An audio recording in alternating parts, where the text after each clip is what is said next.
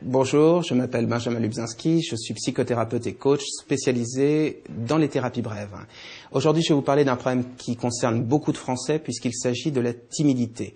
La timidité, c'est un problème qui touche beaucoup de Français, qui peut commencer très jeune et puis aussi qui peut arriver ou s'installer plus tard dans le cours d'une vie. Malheureusement, c'est un problème dont on parle assez peu, qui est assez négligé, c'est-à-dire qu'on a tendance à considérer que la timidité, pardonnez l'expression, c'est quelque chose de mignon, c'est quelque chose de pas très grave. Timidité à ne pas confondre avec le manque de confiance en soi, même si souvent les deux vont de pair. Qu'est-ce que c'est que la timidité?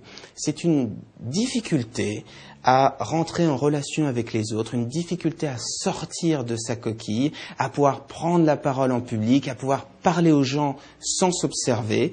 C'est quelque chose qui est très difficile à porter et surtout un problème qui se résout bien en thérapie ou qui se résout bien également avec d'autres techniques hors thérapie.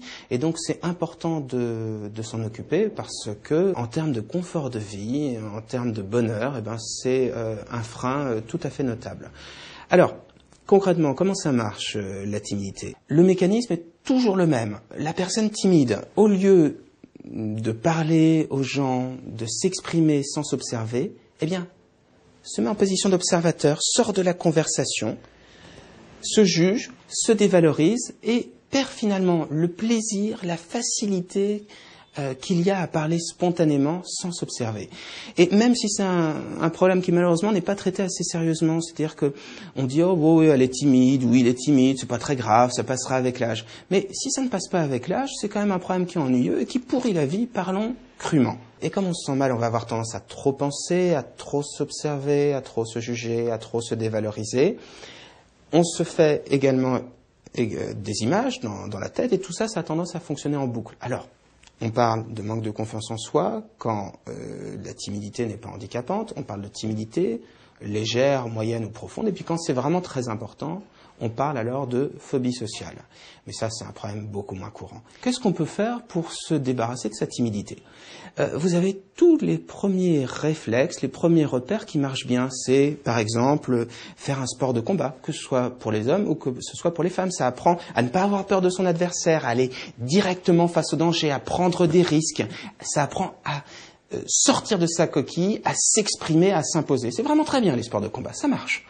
On peut également travailler sur le théâtre, il y a tout dans le théâtre, la capacité à ne pas s'observer, affronter un public, être spontané, c'est génial, le théâtre, l'improvisation, ça marche. Un jeune garçon timide, c'est très bien par exemple de lui faire commencer le judo ou le karaté, ou bien de le mettre dans une situation où il va pouvoir rencontrer d'autres personnes, s'ouvrir. Pour un adolescent aussi, tout ce qui peut encourager les fréquentations sociales, le fait de sortir, de s'ouvrir, tout ça c'est très très très bien. Et puis même plus âgé, faire attention de ne pas avoir une vie qui soit en écho de sa timidité, c'est-à-dire ne pas mener une vie timide, une vie où on s'isole, où on n'a pas d'amis, essayer de sortir. Donc ça, c'est les premiers réflexes. Et puis, si c'est pas suffisant, n'hésitez pas à consulter, parce que très franchement, en thérapie, la timidité, c'est quelque chose de plutôt facile à soigner. Alors je sais que je vous le dis de l'autre côté de la barrière, je suis dans la position du psy, mais dans les faits, c'est vraiment facile. On va travailler sur quoi? On va travailler sur le fait d'être beaucoup plus calme, de moins penser. On va travailler sur la possibilité, lorsqu'on est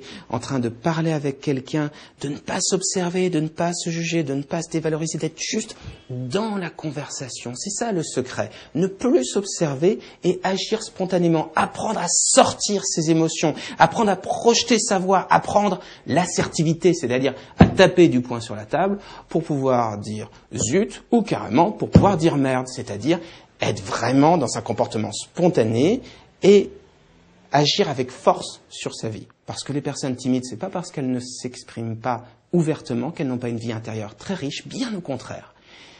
Si vous souhaitez plus d'informations sur ce sujet, n'hésitez pas à aller sur notre site psy-coach.fr. Vous aurez pas mal d'articles sur le sujet qui vous expliqueront dans le détail le mécanisme de la timidité et puis les thérapies qu'on peut utiliser sur ce sujet. Vous trouverez quelques exercices très concrets pour déjà prendre en main votre timidité et puis également des adresses de spécialistes sur le sujet. Et puis si vous souhaitez nous consulter, vous pouvez appeler le 01 42 26 40 27. Je vous souhaite une très bonne continuation et puis je vous dis peut-être à bientôt.